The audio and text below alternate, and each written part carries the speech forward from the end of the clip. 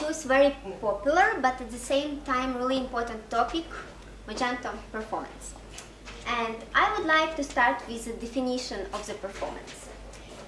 It's the speed at which a website operates either theoretically, for example, millions instructions per second, or by counting operations or instruction performed during a benchmark test. It's accomplishment of a given task measured against preset known standards of accuracy and speed. Wow, sounds complicated, isn't it?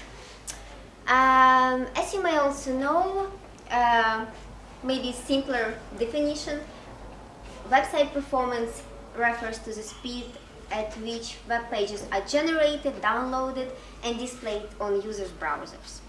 So let's get back to the question why this topic is so important. If you try to search for the question why Magento is slow, you will get a lot of answers with a lot of recommendations and suggestions. So that's why we decided to choose this topic. Let's dive into it deeper, and Yaroslav will talk about performance more detailed. Yeah, so we can divide the performance into two groups, basically. The backend performance and the frontend performance. So when you open a page in your browser, what's happening at that moment? So you have a blank page, and over some time you have some pictures and elements there. And when you open the page, the browser sends a request to the server. And the server needs to make some calculations, preparations in order to send the necessary information back to the browser. And we can determine the performance, the backend performance here, by the time that is necessary for server to get the request, process this request, and send the response back. And the term for measuring performance here is a time to a first byte. Actually, it's a time difference between sending the request to the server and getting the response back. When browser receives the response back from the server, it's just a code. The browser needs to prepare all content in order to have the page that is ready to use. So the browser needs to download the pictures, fonts, styles, etc. And then the browser needs to put every element to the correct place. And actually we can measure front-end performance by the time that is necessary for having the page that is ready to use. And usually the front-end performance depends on how much data the browser needs to download in order to display the page. Less data needs to be downloaded, faster page rendering you will have. Yeah. Well, we often have situations when our customers come to us and ask, could you please extend our website functionality? We want to improve the homepage, add few new modern banners, and we also want to add few more extensions to the shopping cart, for the shopping cart also, maybe on the product page, and extend checkout functionality. But what do you think? Does the big amount of data on the website affect the performance? Yeah. It was a question. Yes, definitely yes. Take a look at this slide. For example, you can see the first web store with this amount of data, and the next one with just a few extensions installed. If we do not pay attention now for some additional tools for performance improvements and servers resources. So definitely the website that has less third-party extensions on it will be loaded faster. Let's check why.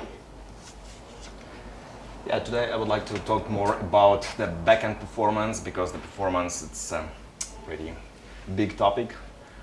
And let's imagine that a customer opens a product details page, and the server needs to process this request, and there is a plenty of different operations is being executed on the server. And we can divide these operations on the main logic and the additional logic. So what is the main logic?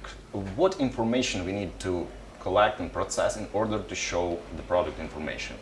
We need to check the product is available, we need to calculate the product price, and we need to get all product attributes like name, description, short description, maybe some other attributes, and basically that's all.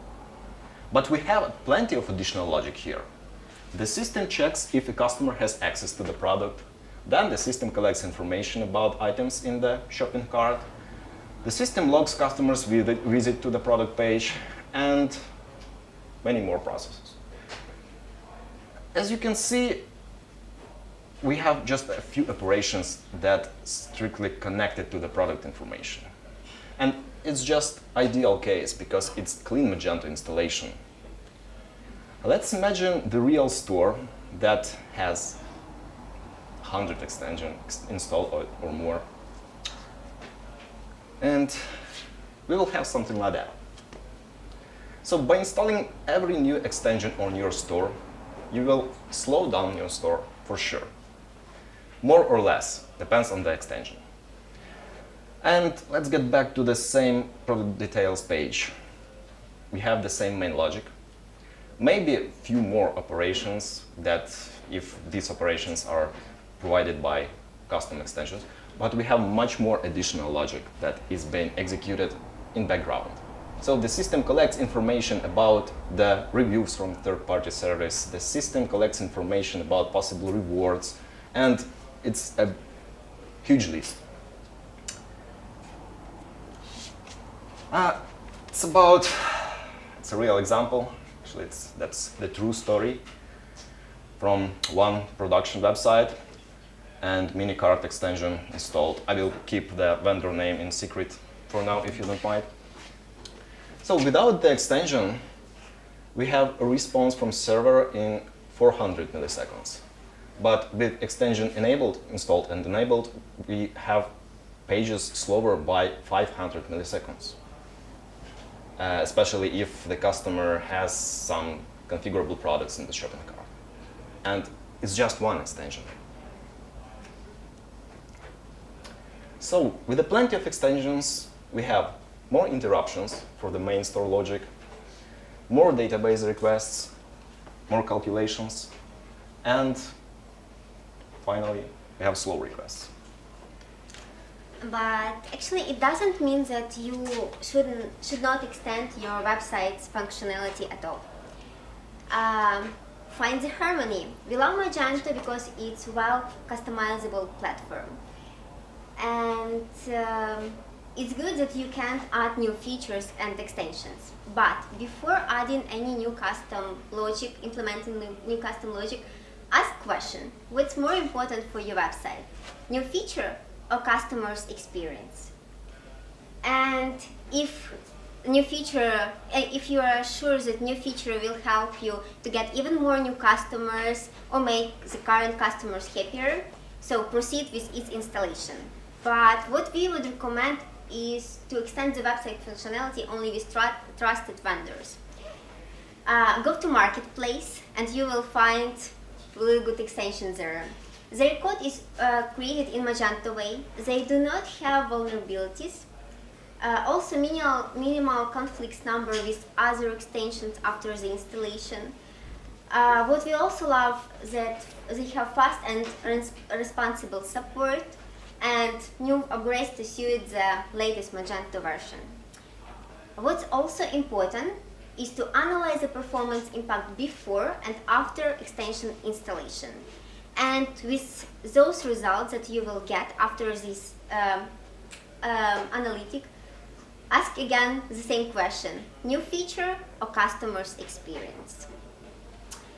Why customer's experience is so important? Because in this case, you will have a high conversion rate.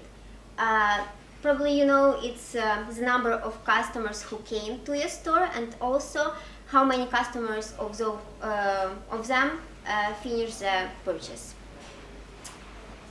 So make sure that most of the website visitors will complete an order. And the truth is simple: slow website, unhappy customers. Imagine the situation that you want to buy, let's say, new iPhone.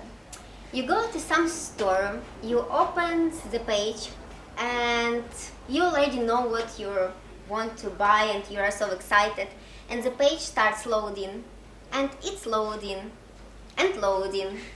You have to wait few seconds or even sometimes few minutes. Finally you got the product, you go, like you want to buy it, you click add to cart button, and it again starts loading and loading and loading. As for me, if I really need this phone, I'll make the order. But next time I will not get back to this website. I will try to find something different that will be loading faster. So now let's check what additional performance factors we have. Yeah, let's imagine that you're going to create a new store or you already have one. And what factors are really important, first of all, to make your website fast? First of all, you need to have a good hardware. And many people say that Magento performance is not about hardware, but more about the caching. It's fair enough, but not completely. You still have, with any caching system installed, you still have plenty of requests on the server that needs to do many calculations, etc. So you need to have a powerful processor. So better processor you have, faster server you will get. So you need to have enough amount of RAM, 4 gigabytes is recommended or even more. And for sure you need to have a solid state drive as a data storage, because it's much faster in comparison with hard disk drive. And I had a comparison in my previous speech on Developer's Paradise where I compared the solid state drive speed and the hard disk drive speed, and the solid state drive is much faster, and almost every new modern hosting provider provides a possibility to use solid state drive. Having a good software configuration and all software up to date is very important, because it's like a halfway to the success with the performance.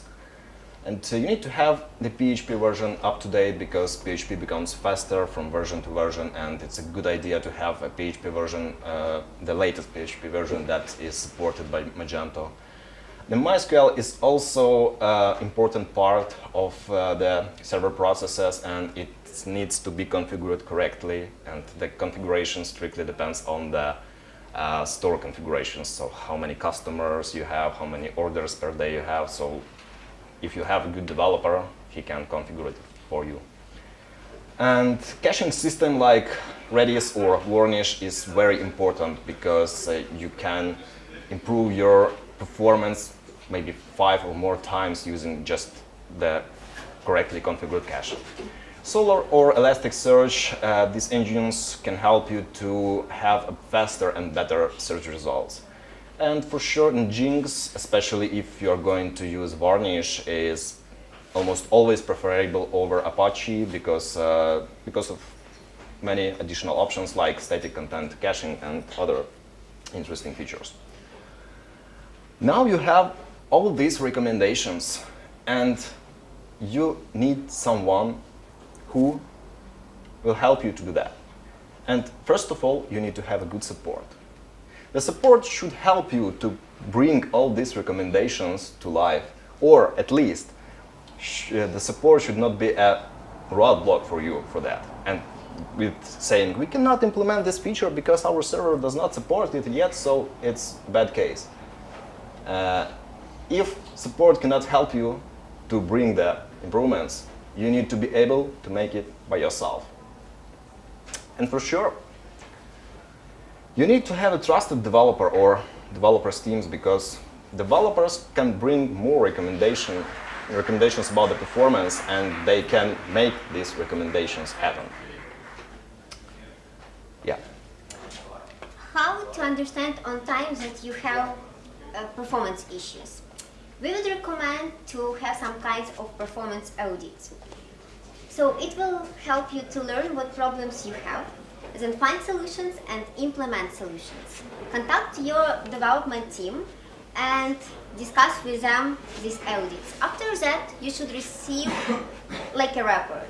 where you will have feature explanation, description of the found problem, recommendation on how it should be fixed, and of course value of the fix for the website. Because it doesn't mean if the fix is really complex, the speed will be significantly improved. And Yaroslav will cover the details deeper. Actually, there are many steps that should be performed to make a good performance audit. I try to describe briefly main of them. First of all, we are checking Magento version, because as the PHP version, the Magento becomes faster from version to version, and we always recommend to have the latest version, especially if you use Magento 2. We are checking the URL rewrites of the system. So Magento stores information about URLs in the database. And over the time, you can have this database table like overloaded. Why it happens? Because, for example, when you changes some product, changes the product's URL, the old URL still stays in the database just for SEO purposes. But this old URL becomes not actual maybe over a month and can be removed easily. And when you have a lot of trash in this table, the simple requests become slower and slower, because with big amount of data in this table, the requests are slower. So it's a good idea to check this table and remove the necessary records if they are there. The same situation with the disabled products. If you have more than 30% or more disabled products on the store, it's time to think why. Because if you disable the product, it still stays in the database. Its flag status just changed from 1 to 0. And if you have many records, and I'm sure you have many records in the database products table, this table as well becomes slower. So if you have disabled products, it's a good idea to remove these products completely if you don't need them. If you think that in the future you will need them, you can export these products and import them back. Yeah, it's my favorite part. Magento has an option that allows to disable modules output. What does it mean?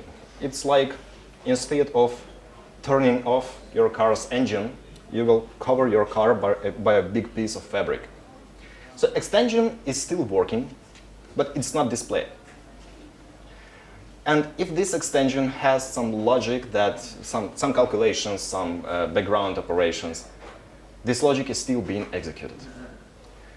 So disabling module output is always a bad idea, because you not disable the module, you just remove the visual part of this module. I have no idea why this option is still present in Magento 2, but try to avoid using it because of a lot of problems on your store, especially with the performance. If the extension should be disabled, it's better to disable it programmatically. Unfortunately, Magento does not have the native way to disable some extension completely for now. Yeah, and always, or very often, the Redis and Varnish are already installed on the server, but the configuration is wrong. And because of that, you don't have the performance that you can have. So checking the Redis and Varnish configuration is very important to make sure that these systems used the best potential.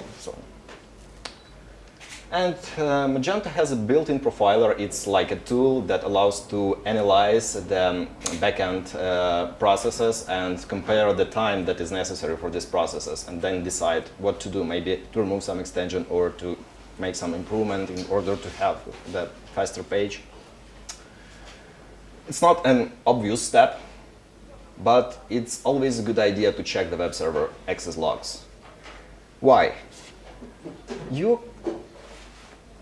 Pretty often you can get not very friendly bots on your site that just spamming some page over a short period of time. It's good if this page is cached, but if it's a search result page or checkout or some uncacheable page, you will have your server slower because plenty of requests, and these requests are not useful for you at all. Fortunately, these requests can be easily blocked. And Google PageSpeed Insights can be a good helper in checking the site performance. It provides a rank for your site from 1 to 100, and for desktop and mobile platforms as well, and also brings some recommendations regarding how the performance can be improved. But be careful using this tool. In attempts to have 100 from 100, you can make your website absolutely unusable for a customer. Well, we recommend to have such audits at least after every new complex change on the web store or once per quarter. So it will help you to find the problems on time and fix them. And as a result, you will have happy customers. Thank you.